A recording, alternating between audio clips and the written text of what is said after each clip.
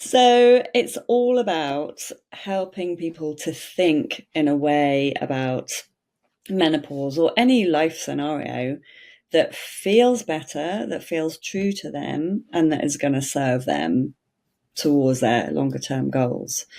So if someone comes to see me and let's say they're not sleeping well, and the brain has a tendency to make things really dramatic. Like, oh, I'm not sleeping well. It's the worst thing ever, and it shouldn't be happening.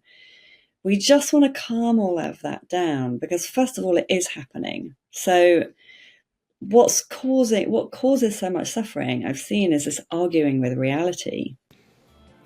Welcome to the Menopause Mindset Podcast, the place to get some answers and feel supported along this often a bumpy journey. Many people sail through menopause, but many people don't. And so my guests and I are here to motivate you and inspire you so that you can make menopause a happier transition for yourself and for your loved ones.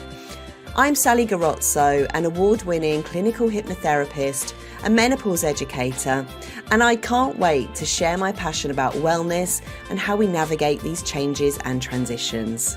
So come on then, let's dive in. So my guest today is Jo Renshaw. Jo is a leadership coach for midlife entrepreneurial women who are going through perimenopause and menopause. She's the mother of a grown-up daughter. She took up running as she turned 40 and has now run 4 marathons.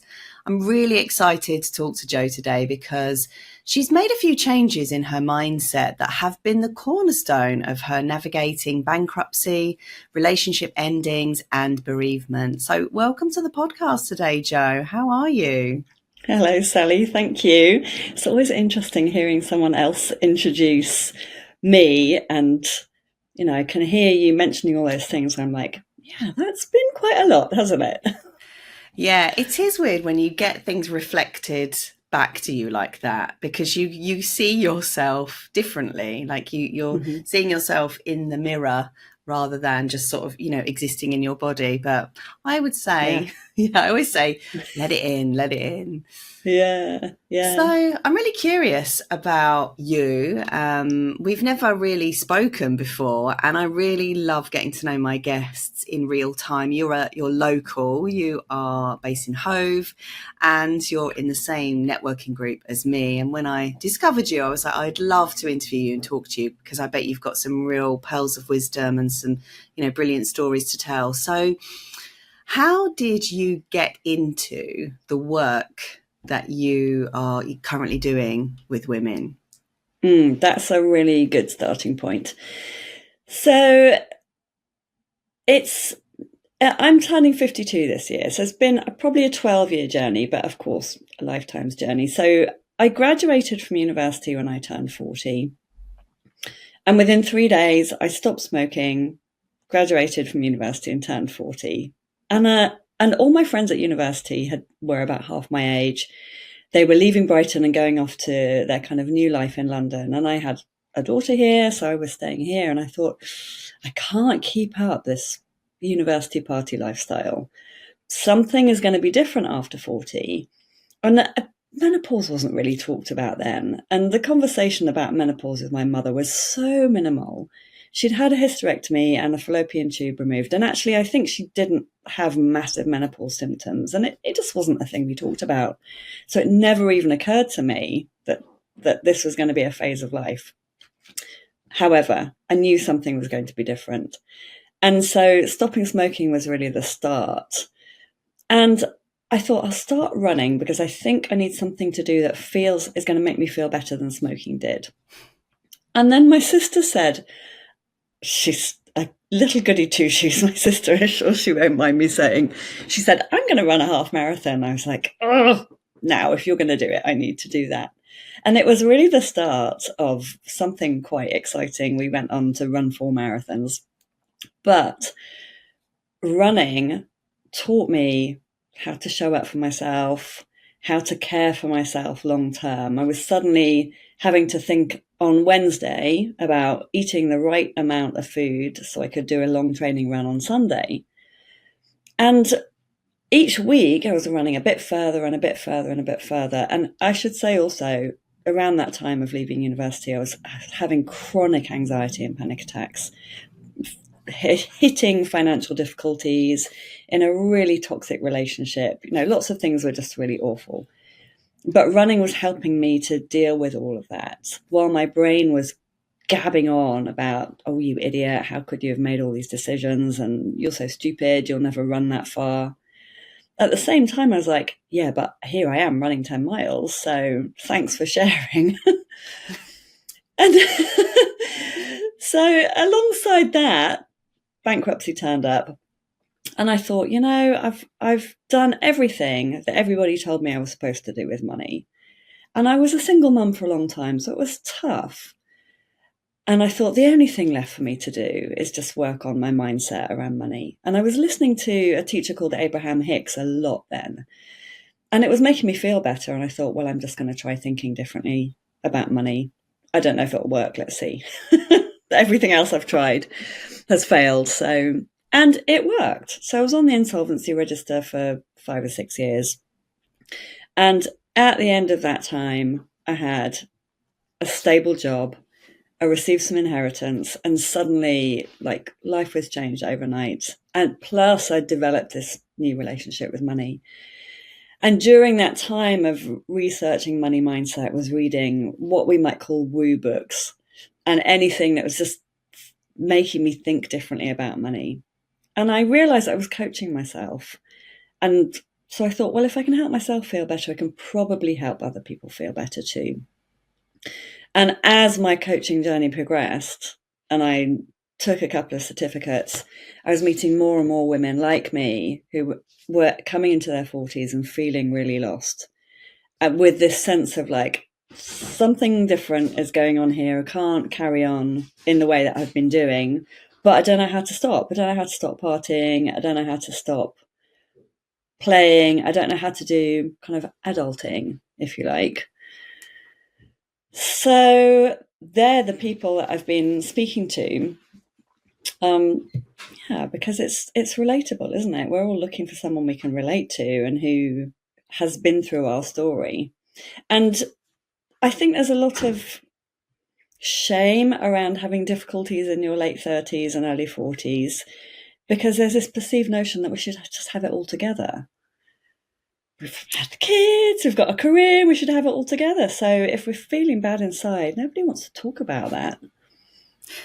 Yes. Oh my God, you've said so much there. I think we've been on a similar journey, actually. I went to university at 35, so much later. I have to say, though, I didn't get too involved in the party scene because I had just met my now husband. So we were kind of nesting. But there definitely was that sort of conflict, that internal conflict starting to arise around who am I now? Like, I didn't feel like I really fitted in anywhere. I didn't fit in with all the young things at university. I hadn't really established myself in Brighton yet, and I didn't really have any core sort of female friends. So I was a bit rudderless, and definitely understand that body thing changing. But just coming back to what you were saying about running, I've had a little foray into running. I've done a 5K. Amazing. Which is not a patch on your marathon, but it was a big achievement for me because I'd never really seen myself as a runner. I'd always seen myself as a bit of a lump whilst running, and felt quite lumpy whilst running. I don't think I'm built for running particularly. I'm built for strength and, lifting heavy things. But I wanted to try running because I really wanted to improve my endurance and my, heart and lung capacity. And something that you said about, that we go into the hypnosis when we're running, this kind of hypnosis, this hypnotic state. And I suppose I'm curious about what that was like for you, what the benefits are for running, and also what the pitfalls are, and what if somebody's listening to this thinking, you know what, I really would like to try running, but I've never started. Like, how would someone start running, and what are some of the things that someone would need to be really mindful of, because I know for me, like after I achieved my 5K, going from 5K to 10K was impossible. Like I just couldn't get through that next level challenge. And everything started to hurt. I think I could muscle my way through through the 5K, but then I was like, I'm not sure what to do now going forward to make this like longer. So yeah, I wasn't expecting to talk too much about running, but I think it's a really interesting subject, and obviously you've had the experience. So yeah. Yeah, I love that you touched on that it can have this hypnotic effect. I definitely have experienced that many, many, many times. So starting running was interesting because I'd been a smoker and I couldn't really even run down the street for a bus. And so once I stopped smoking, I had dogs, so I walked every day. It was really interesting to watch my mind start rearing up. Oh, you can't run. Oh, everyone's going to think you look stupid. What are you going to look like? All this just rattling on.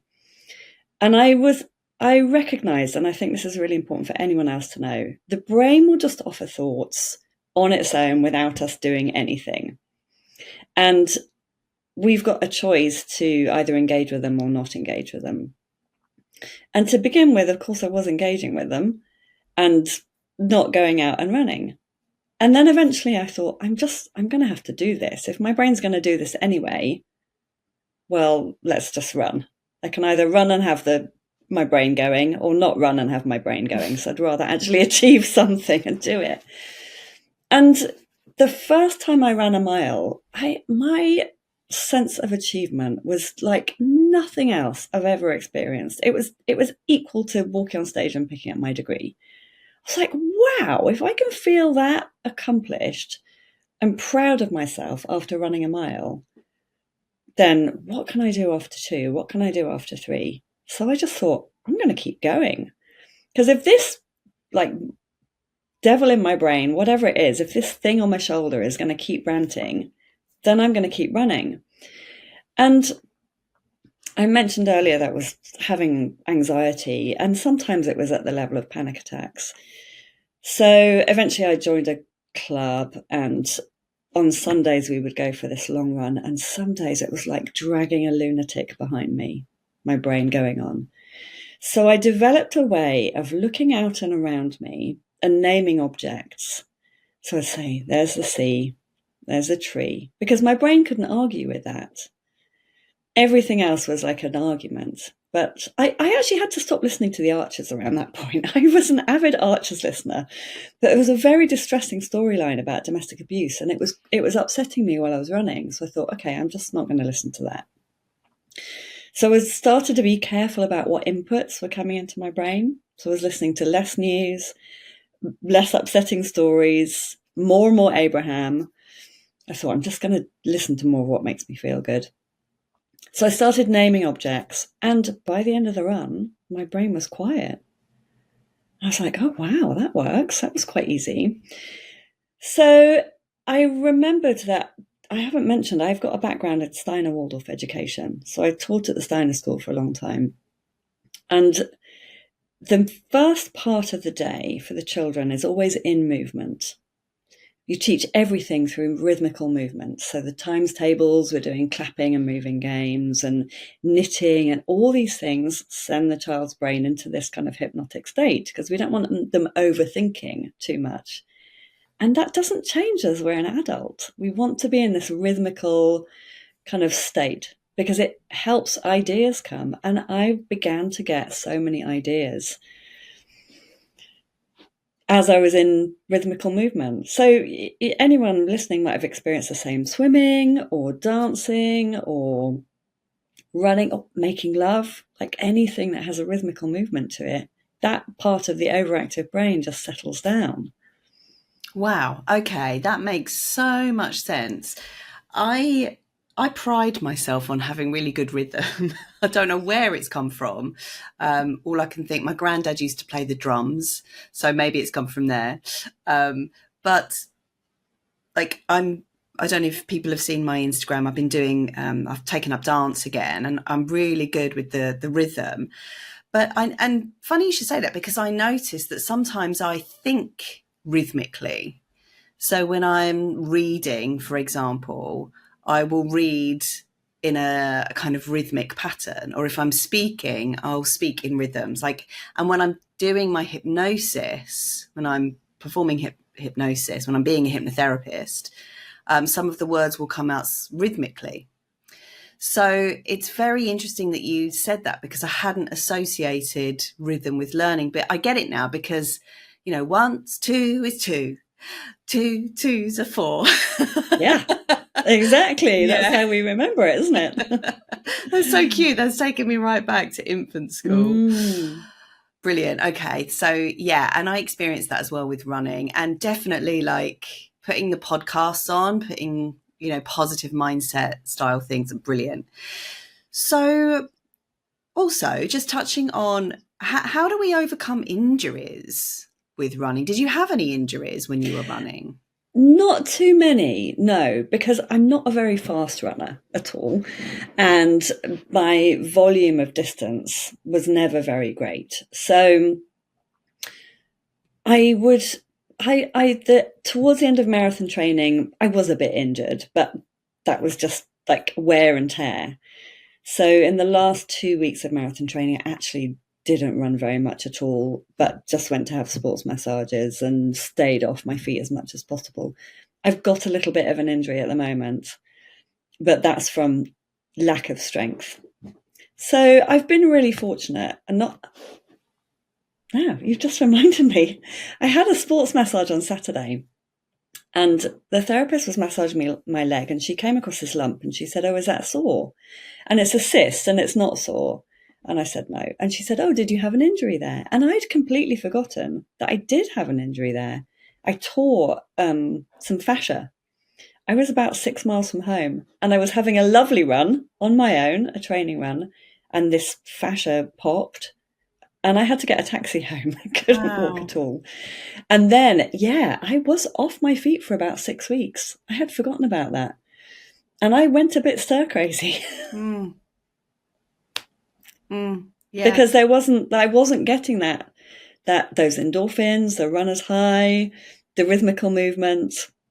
Yeah, it was a long time ago. I don't remember the details of it, but yeah, injury can be tricky, can't it? Because if you've come to rely on exercise for your mental well-being, and then all of a sudden you've become restricted, then there's that sense of frustration. But I think there's always things that we can do, even if it's not the running or or lifting really, really heavy weights. There's always something, there's always a modification that we can do. Yeah. But yeah, it's taking time. And I think as we get older, we are more prone to injuries, or we can be more prone to injuries. So really listening to your body. What I want to talk to you about is your work. So just give people a little bit of background about how you help people. What do you do with menopausal people that come and see you? So it's all about helping people to think in a way about menopause or any life scenario that feels better, that feels true to them, and that is going to serve them towards their longer term goals. So if someone comes to see me and let's say they're not sleeping well, and the brain has a tendency to make things really dramatic. Oh, I'm not sleeping well. It's the worst thing ever, and it shouldn't be happening. We just want to calm all of that down, because first of all, it is happening. So what causes so much suffering, I've seen, is this arguing with reality. And lots of women I meet are in this kind of area of being confused about whether or not they're in perimenopause. If you're in your 40s, you're in perimenopause. You just are. So we need to stop arguing first and say yes to the reality that's going on. And I think some of that is because it wasn't a conversation when we were younger. It just wasn't.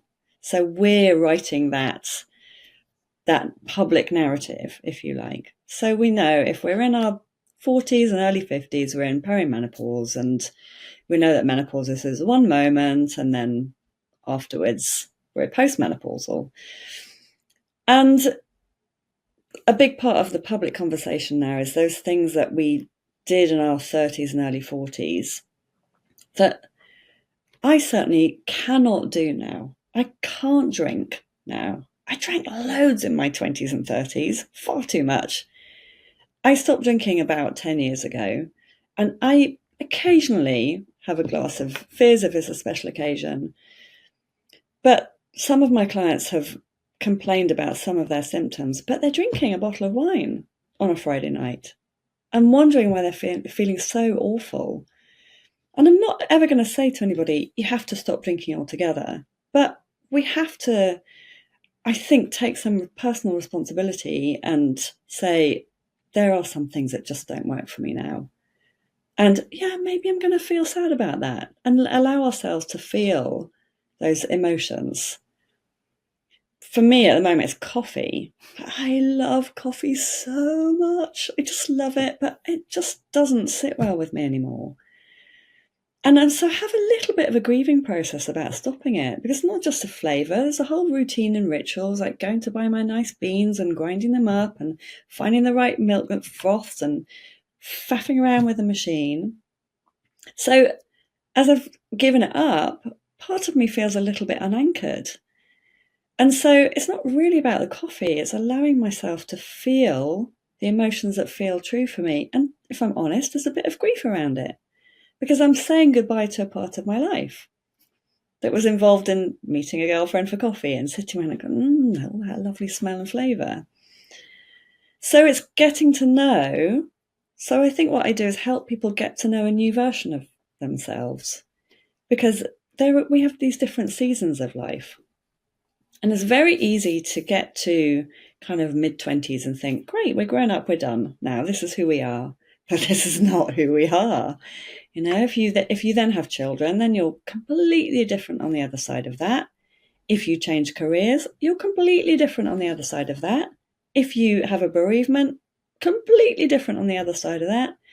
So we can reinvent ourselves, and we can do that with very deliberate intention rather than just leaving it to default, because we have so much agency.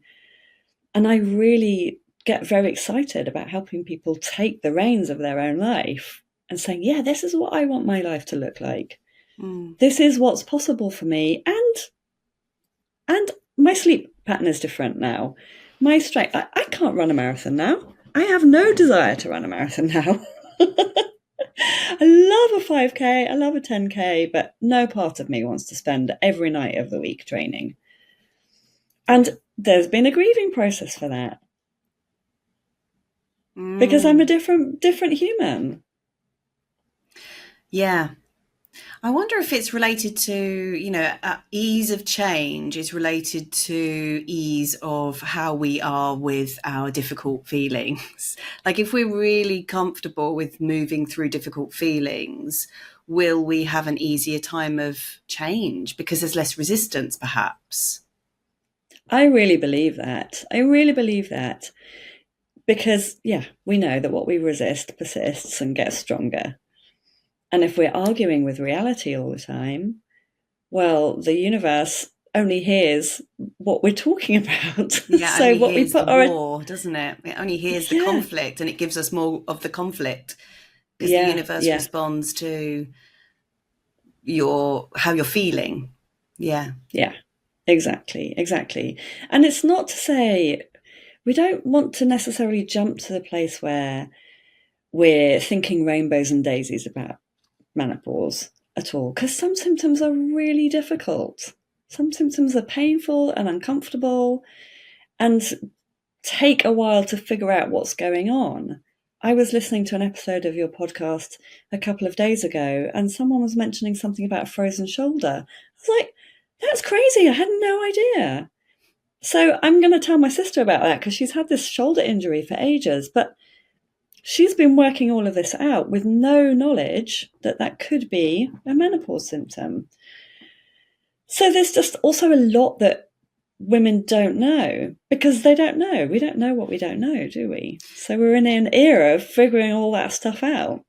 Yeah, it's an era of great change for women's health. Absolutely. Like this is, and I think there's a lot of confusion preceding understanding. I mean, it's an NLP term, isn't it? Confusion precedes understanding, I think. I think it's NLP. I think that's where I first heard it.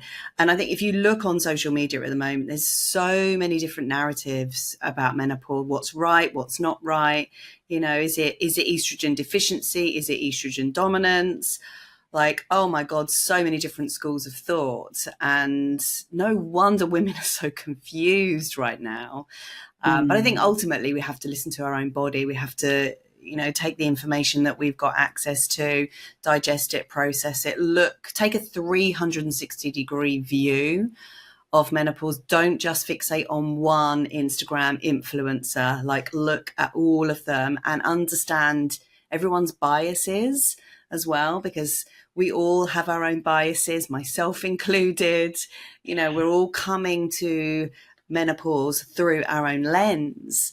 So the wider the lens, you know, the more unbiased we'll be, which really is my focus for this podcast, is kind of listening to all sorts of different schools of thought. So I love what you said about you know, not arguing with reality. I love that. I'm going to take that on as a little soundbite, and all these different changes that we go through and how we reinvent ourselves every time. And I think I've just got this. I have these really silly images that pop into my head sometimes. And I think to get through change, it's almost like we have to lube up, you know, to sort of slide through the tunnel of change so we can get through without too much resistance. And that really is, you know, that lube, if you like, is acceptance of what reality is showing us right now. I love that. You'll never forget that now, will you? Is there a model that you use to kind of, when you coach people, and also to kind of help yourself when you're going through a change? Yeah, so I use a tool called the model. So the model was taught to me by my coach instructor, who is called Brooke Castillo. She founded a school called the Life Coach School. And I want to say she created this tool. She wouldn't say she created it, but it came to her as from an understanding of all sorts of teachers' work. So Byron Katie, Abraham, Eckhart Tolle. And we basically say everything in the world falls into one of 5 categories. It's either a circumstance, which are the facts of the world. So like I was saying, when I was running, and I was learning this tool while I was running, the sky is blue. It's a neutral fact. Everything in the world is a fact. Sally is sitting in her flat there. Joe's sitting in her flat here. We're not going to argue with that. Then the second category is thoughts. We have about 60,000 thoughts a day. Most of them go unquestioned, unchecked. They just come, right? And we have them about all sorts of things. And our thoughts create our feelings. And a feeling is really one word, and it's a vibration in our body caused by a thought in our mind. So happy, sad, angry, upset, anxious. Our feelings drive our actions and our inactions. So everything that we do or don't do comes from a feeling. Feelings also emotions, energy in motion makes us move. And then our actions produce our results. And our results always give us evidence of what we're thinking. So it's a really useful tool to give us awareness of how we've got the results in our lives. So we use that tool, first of all, to become aware of what's going on. And then we can start to question it, see the impact of that thought, see the impact of what we're thinking, how that's creating our life experience. And then we can choose a new way of thinking. So often what we try and do is try and change a circumstance. But we can have a go at changing circumstance. So a good example is if we've got a partner and we want them to take take the rubbish out so that we can feel better. What we'll do typically is nag them, try and change them so that we can feel better. But actually, if we change the way we think about it, then we get to feel better. And maybe they take the rubbish out as well as a byproduct. But no amount of us pushing against reality and trying to change reality is actually the thing that will make us better. We've all tried it, right? It just never works. And so I think that goes on a lot in around perimenopause, right? We try and change a circumstance. I shouldn't be having these symptoms. Like, this is wrong. Actually, when we're thinking I shouldn't be having those symptoms, well, we kind of should be having them because that's what we're having. This is what we've got right now. So this is a thought I've come to a lot recently. I had no period for 7 months last summer. I was like, wow, this is interesting. We're kind of nearly halfway through. Fun. And then suddenly on New Year's Eve, my period arrived. And I could have gone into a place of thinking, oh, this is awful. There's something wrong with me. This shouldn't be happening. And instead, that did all come, and I felt all the emotions, but I felt the emotions. So I didn't try and push them away. I didn't ignore them. I didn't reject myself because of them. I just sat with it. And then I said to myself, this is what we've got right now. This is what we've got.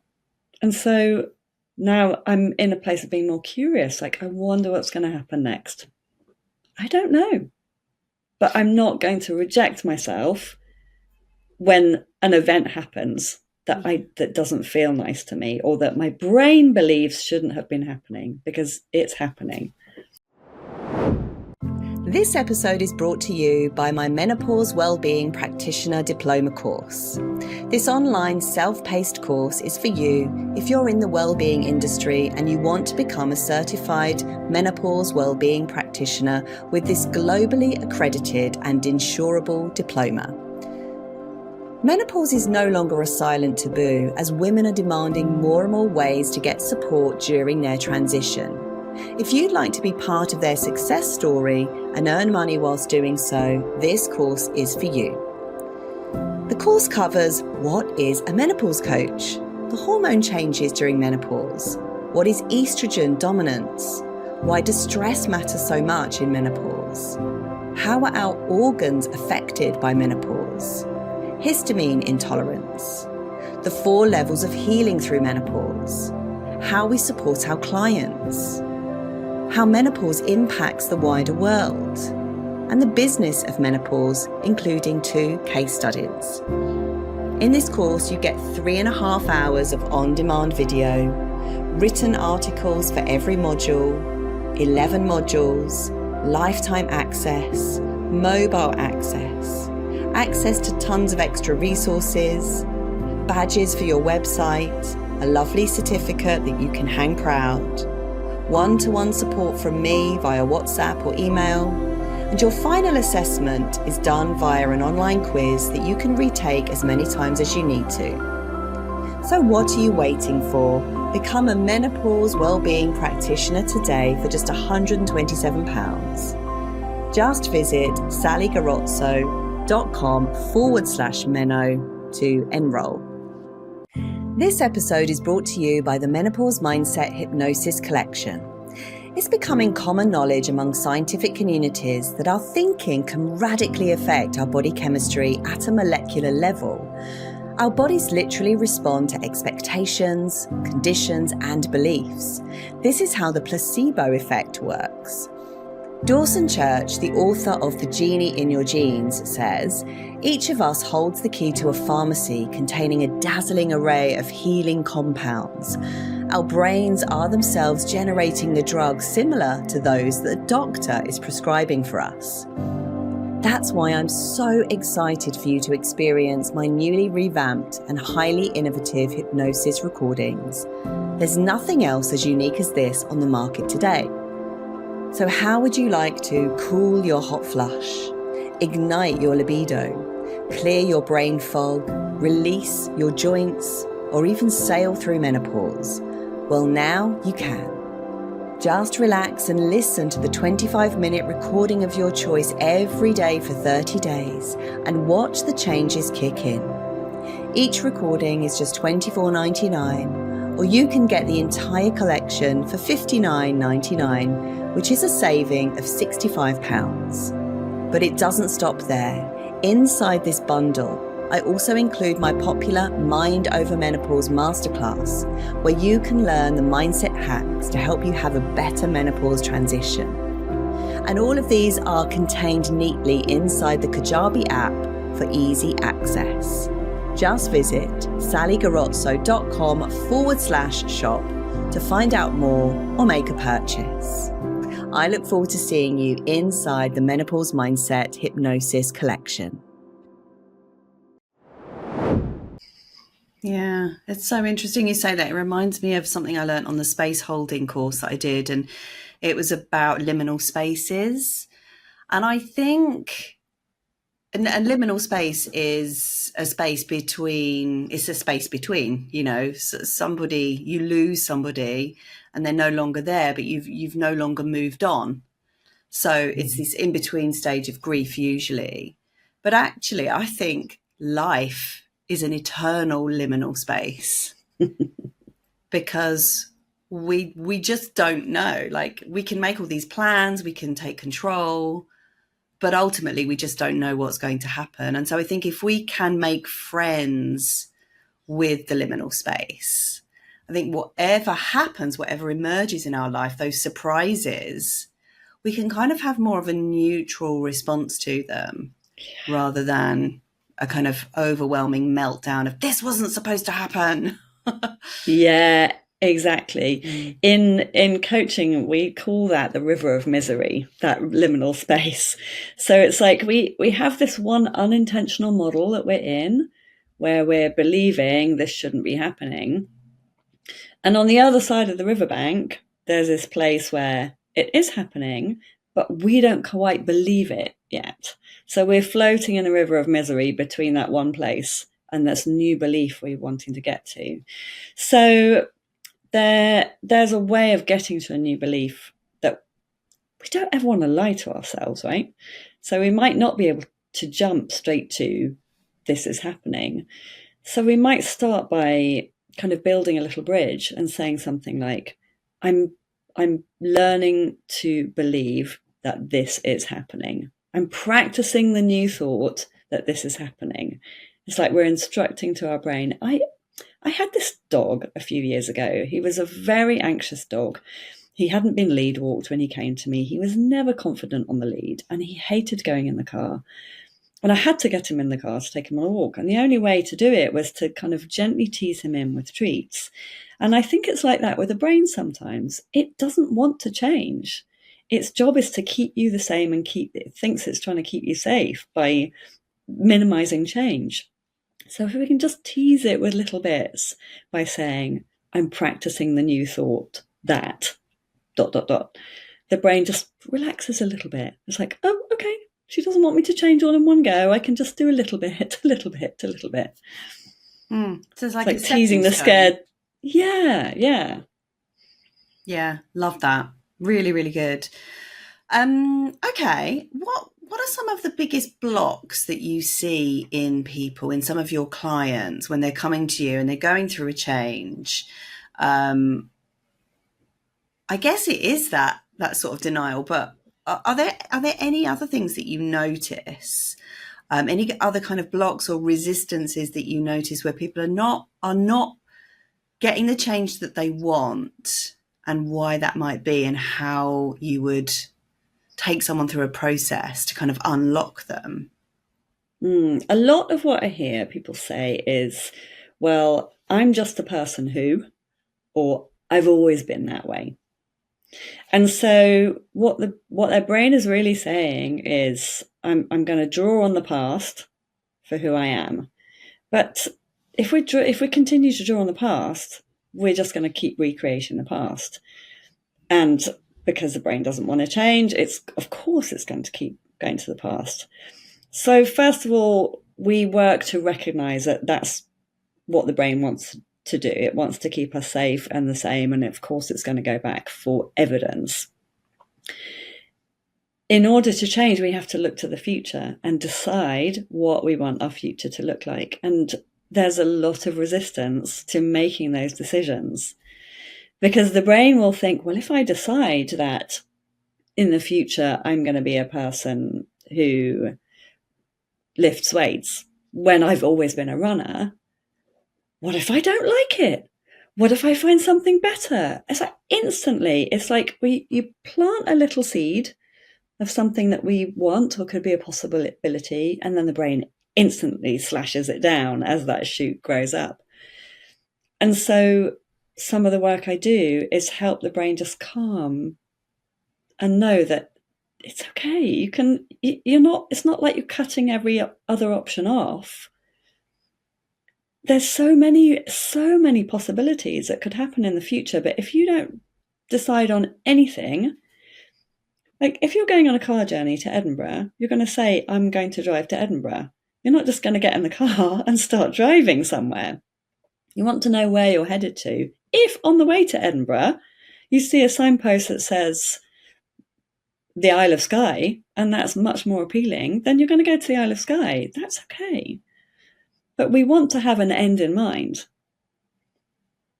And so helping people pick an end in mind, an end place that they want to get to, and work towards that, and allow themselves to feel all the difficult emotions, doubt, fear, anxiety that come with that.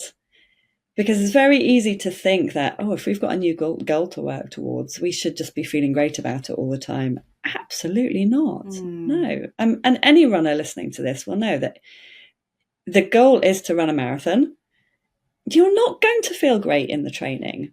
You're not going to want to get up at 6 o'clock on a Sunday morning when the beast from the east is raging and you've got a 12-mile run. But you do it because of your longer term goal that you want to achieve.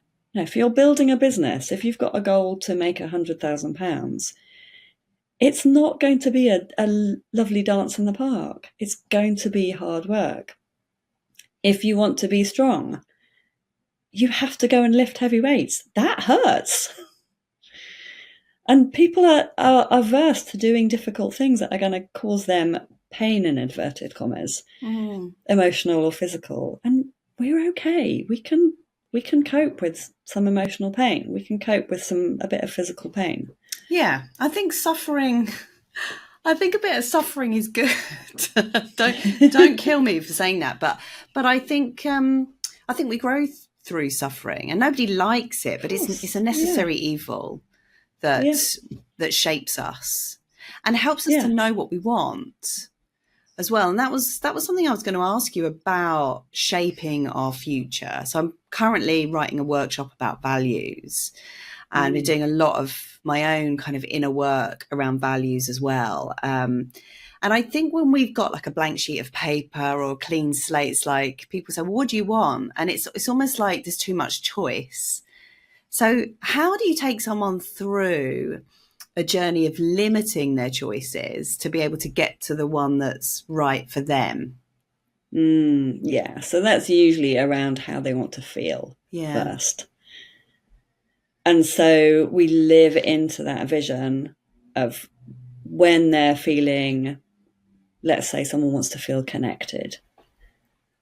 So we're visualizing what life is going to look like when they're feeling connected. Oh, maybe they're doing more creative practice, right? Or maybe they're going on lovely long walks, or maybe they're inviting their spouse to go on a date night once a week. So it's from the place of how they want to feel that what the external thing looks like reveals itself. I see. Do you ever come up against resistance in terms of, I'm playing devil's advocate here, people that don't know how they want to feel? Yeah, because people don't know how to feel. So first of all, we got to learn how to feel. And that means feeling all the so-called negative emotions. I really teach that all emotions are neutral. They're just a vibration in our body. But we've been trained that we should just feel happy all the time. And that's absolute nonsense. No one wants to feel happy when someone dies. You don't want to feel happy about your body changing through menopause. But you might want to feel sad about that. Yeah. Yeah. So learning to feel those emotions first and knowing that they can't cause us any harm. It's a very normal part of being human, and there's nothing wrong with us for feeling negative emotions. Yeah. And you can't, no amount of shopping or Netflix or bottles of wine will make those feelings go away. So we're either going to feel, like I was saying earlier with running, right? I'm either going to feel uncomfortable and anxious and not run, or I'm going to feel anxious and run. So I'm going to feel emotion, do the thing anyway. Yeah, so you can either feel horrid and drink the wine, or you can feel horrid and not drink the wine. Yeah, and then not. So we call this buffering. So buffering is anything that has a net negative result on the back end. So wine's a great example. If let's say we've had something that's made us feel disappointed, we didn't get a job that we really wanted. And so our brain thinks the solution to dealing with the disappointment is to drink a bottle of wine. Well, tomorrow we're still not going to have the job, and we're going to have a hangover. Whereas if we allow ourselves to process the disappointment, just sit with it, let it course through our body, tomorrow we won't have the job, but we also won't have a hangover, and we will have overcome a difficult emotion. And that's how we build a strong relationship with ourselves. I think if you can feel any difficult emotion, then you can pretty much do anything. We had a significant family bereavement 3.5 years ago. And 2 days, my daughter's father died about a week before her 25th birthday. And for the first time in about 8 years, I thought, oh, I want a whiskey and a cigarette. And instead, I sat with a feeling, and it was the most painful thing I've ever been through. But my gosh, I got to know myself so well through that process. And I would not swap any of that negative emotion that I felt through that period of time. Not at all. Because I know that I'm where I am now because I allowed myself to feel all of that on purpose. What did you learn about yourself during that time of bereavement? I learned that I can hold a lot more than I thought I could. That I could withstand pretty much anything that life was going to bring my way, and hold another human being through that as well. Because I was very aware that I'm always modeling to my daughter and any other young women around. And I feel a very strong sense of responsibility to be a good example for her. And so I knew that she would be watching whatever I was doing. She had such a big experience, but she needed me. And so I wasn't coming at it from a place of, oh God, she needs me, so I have to be strong for her. It's like, no, she needs me not now, not just now, but so that future her knows how to behave as an older woman. Yeah, so you're modeling the emotion, processing the emotion, regulating yourself, or just being okay with existing in that, again, that liminal space of not knowing and with holding all of those, not resisting what's there. So you're modeling that for her, but also with this feeling that that's okay, like modeling that this is okay, so that she doesn't have to save you or rescue you, and she can be in her own space. Yeah. And I have to say, where she is now, she's blown me away. She just blows me away. She stopped smoking, she stopped drinking, she took up crochet.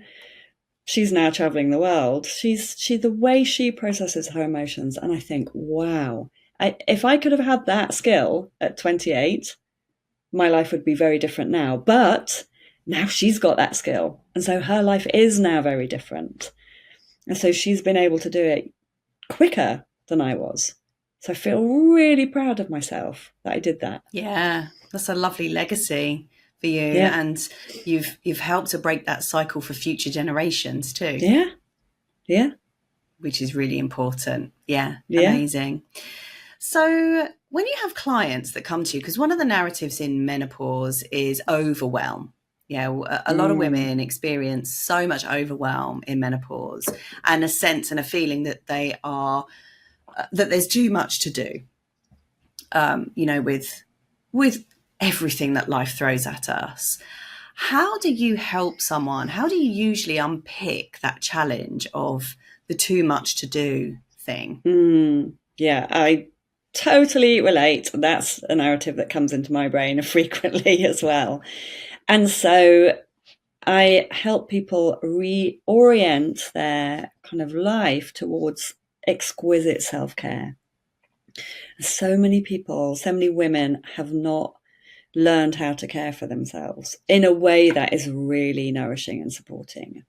So if that means going to the sauna once a week, if that means going to bed at 8 o'clock, if that means not folding the laundry, or not if you love a freshly ironed bed, like letting the bed sheets be unironed, putting yourself first above all else. And that's really difficult if you haven't done that.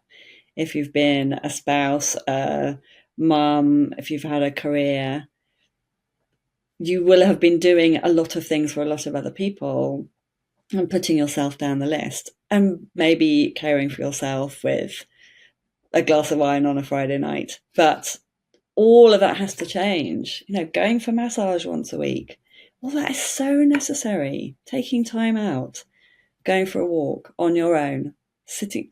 I love my partner so much, but I love it when he's out of the house. And I sit in the armchair in the window and I'll stare at the sea for hours in silence. And the level of recovery and nourishment I feel the next day as a result of doing that. But I've had to allow myself to feel like, should I be doing this? I should be doing the meal plan for next week. I should be answering emails. I should be balancing the family budget. I should be sitting and staring out of the window. Because if I haven't filled my cup first, then I cannot do anything else. And so this is something that we go through in practice again and again and again. Like, it's not just giving yourself permission to do that. It's when the nervous system has been pumped and primed to be active and on all of the time, if we come to a place of rest and relaxation, suddenly the brain is like, hang on, what's going on here? Something bad's about to happen. So we have to retrain that side of the nervous system to know that it's actually safe to rest and relax. It's fine to do that. Yeah. Nothing bad is going to happen if the washing up doesn't get done. Yeah, hallelujah. And it's almost like danger, danger, isn't it? It's like sit down, danger, danger, danger. These like flashing lights. Definitely relate, but also relate to the learning just to sit down and look out the window and get into that hypnotic, daydreamy state. Because I think there's been so much talk about estrogen being the thing that needs replenishing as we go through menopause. But actually, I think it's progesterone. And progesterone should come first, actually, when we're going through peri, because we can end up with extremely high levels of estrogen, but not enough progesterone to offset that. And as we know, estrogen is an excitatory hormone. Oh, I've now got an alarm going off in the background to underpin my point. And progesterone is an inhibitory hormone. So if you're having menopausal symptoms and you're not resting enough, likelihood is you're going to be stimulating all those excitatory hormones like cortisol, histamine, estrogen, adrenaline, all that stuff that's jacking you up, making those symptoms worse. If you're resting and allowing your body to come back into the parasympathetic, your body is now going to be able to prioritize or make more of the progesterone, the GABA, the anopregnenolone, I think it's called, new chemical that I learned recently. So that's often the cause of all of those awful menopausal symptoms that we have. Not estrogen decline, it's progesterone decline. And this is all kind of like coming out now. So what you're saying really matches the kind of hormonal profile of someone that's having symptoms. Yeah. And it's a way that we can, what I've experienced within my own body is that the curve is calmer. I don't get these extremes. And now I'm at a place I have enforced rest on 1 day a week. It's easier for me to do now because it's more of a habit. 4, 5, 6 months ago was much harder, but I've trained myself and worked through the difficult emotions with it. So yeah, my cycle is definitely calmer. Oh, it's just made me think actually of scheduling in sitting on the sofa time, actually putting it in the diary. That's exactly what I do. Is it? Yeah. Yeah. And you go, right, oh, okay, look in your diary, right, sofa time. And then I suppose, does it lessen the guilt, or does it lessen that kind of itchy voice that's going, do this, do that, because it's actually scheduled in? Yeah. So when I'm working with women, and they come and tell me that they're feeling overwhelmed, and we look at their calendar, the first thing I get them to do is schedule in downtime. And to a woman, they're like, what? No, no. We schedule in downtime first, and then meetings and everything else goes in around that. We've got it so mixed up the other way. If we put all our meetings and work in first, then downtime just doesn't happen. It just doesn't get scheduled in. And at this period of life, it's so important to take care of ourselves and rest. It's so important. And as well, don't forget, we're working against a patriarchal system that has disallowed it. I think this is true for men as well. I think men need this too. Yeah. To rest and digest properly. Because actually, on the days that I do work, I'm so much more effective. I have much more brain energy, much more physical energy, much more motivated because I've rested. And so that's working through the thoughts that come up with my clients is a big piece of it. Yeah, working through the resistances. Because I suppose it's all going to come up, isn't it? It's all going to come up. But within that, there's a wonderful opportunity to look at what's coming up and to process it and understand it, know thyself. This is how we do it. I can't remember who said it, but I think it was like Socrates or a Greek philosopher that said contemplation is the highest form of action, or the most something like that. Lovely. Yeah. And it's true. And I love how you encourage your clients to prioritize that, get that in the diary first, the downtime, and then everything else goes around that, so that we can, create the better hormonal environment, internal hormonal environment. And it's free as well. We're taught, aren't we, that time is money. I can't sit on my bum because time is money. But actually, so is, if you think about all the supplements and the HRT that we take, that costs money. So we're not having to take all of that, because we're actually letting our body do what our body wants to do to bring itself back to homeostasis. Then that cost versus expenditure kind of balances itself out, and likely to be way more cost effective, actually. And the alternative is to keep going through overwhelm and hit burnout, and then need to be signed off work. So there's a cost to that as well, much bigger cost, I think. So we have so much within our power and agency just by taking rest of our own accord. Yeah, amazing. I've really, really enjoyed talking with you, Jo. I think we've unpicked so much stuff together, from running all the way through to, mindset, emotional management. What was it you said? Don't argue with reality, resting, so much. And I know that all of the tips and tricks and these suggestions go such a long way to helping us experience a smoother menopause, better sleep, better relationships, better physical, mental health, all of that stuff. Is there a final thought that you have, especially around the word mindset? This podcast is called the Menopause Mindset. I know you talk a lot about mindset. You have ideas around mindset. Do you have any final thoughts around what mindset means to you? Yeah, I think what mindset means to me is that my mind is, excuse me a minute, our mind is the only thing that we really have full control over. Like, you can decide to think whatever you want about whatever you want, and nothing and nobody can take that away from you. So you could be in the worst, most difficult scenario and think life is amazing. So when I was bankrupt, I had 72 pence in my purse. And for fun, I decided to think that I was a 72 pence heir because it felt so much better.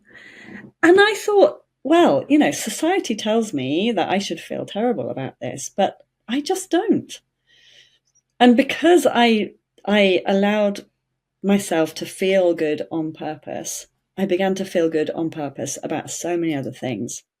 And that's the power of mindset, is that you can choose to think whatever you want. And if something doesn't feel good, don't think it. Yeah, choose to feel good on purpose. I love that. I've reframed doing household chores. I have this little bit of a sticking point with household chores and fairness and equality and stuff like that. I think a lot of women do. But I've reframed it now. It's like I get to do those things. And in getting to do those things, I get an opportunity to move my body, to bend forward, to reach up, to, lift the bin out. And I'm moving my body. And our lift has been broken for 3 months and I'm on the 4th floor, right? So it's 8 flights of stairs. And it's like, I get to walk up these stairs. I get to use my heart and lungs. I get to use my thighs. I'm becoming stronger, fitter. And so actually through that, I've noticed that I can reframe so many other things. Like getting dressed in the morning. Typically it's something that I hate doing because I'm stiff and my back hurts and, I feel like an old lady, but it's like, I get to do this because I get to practice mobility. I get to the synovial fluid on my joints and I get to choose what I wear. So yeah, it's like you say, it's reframing it. I'm a big, big believer in exactly what you said there. You get to choose the thoughts that you want to think. And to me, that's creativity. That's tapping into the power, I call it a higher sense. We have our imagination, which is a higher sense that often we don't use. We have our creativity, which is a higher sense, our will, our intuition. These are our higher senses. And when we use them, we get to design the life that we want. And never is that more true through the menopause transition. This isn't just about entrepreneurialism and career.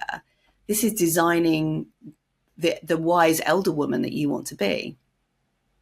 Yeah, I love that so much. And I love what you said about reframing household chores and that moving to other areas of your life.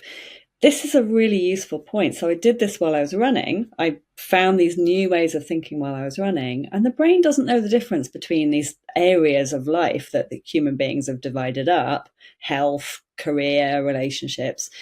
You only have to change the way you think about one area of your life, and the brain will just send it over to other areas. So it's not like you have to go and overhaul every single area. Just focus on one thing. And it just will have amazing ripple effects everywhere else. Yeah, bingo. Jo, it's been amazing talking to you. If people have really been inspired by you, I've been inspired by you, and they fancy maybe exploring what you've got to offer, some more of your thoughts, where are you available on social media? And how also do you work with people? So on social media, I'm Jo_Renshaw. And I work with people for 3 to 6 months one-to-one. We do meet once a week for 45 minutes on Google Meet, Zoom, from anywhere in the world. That's how I love to work. I do a weekly blog. And if anybody wants to learn about that tool I described called the model, I offer a free guide, which is on the link in my Instagram bio. And it's on most of the footers of my blog as well. Amazing. That sounds nice and simple, which I love. Nice and simple, but super effective. So Jo, Thank you so much for this insightful conversation. If you've really enjoyed listening to Jo and all her pearls of wisdom, do go and check her out. Get on her mailing list and follow her on Is it Instagram you're most active? Yeah. Brilliant. Cool. Thank you so much, Jo. Great. Thank you, Sally. It's been so interesting talking to you. So I'd love to know what your biggest takeaways were. Be sure to leave a comment below and subscribe, like and share. Just so you know, not all podcasts are uploaded here. So if you want the full array of episodes, head on over to Spotify or Apple and search The Menopause Mindset. You also might like to come and find me on Instagram, Facebook, LinkedIn or TikTok. Just search at Sally Garozzo Mind Mentor. All right, folks, thank you so much for your support and attention. It means the world. Have a great week and I'll see you next time. Bye for now.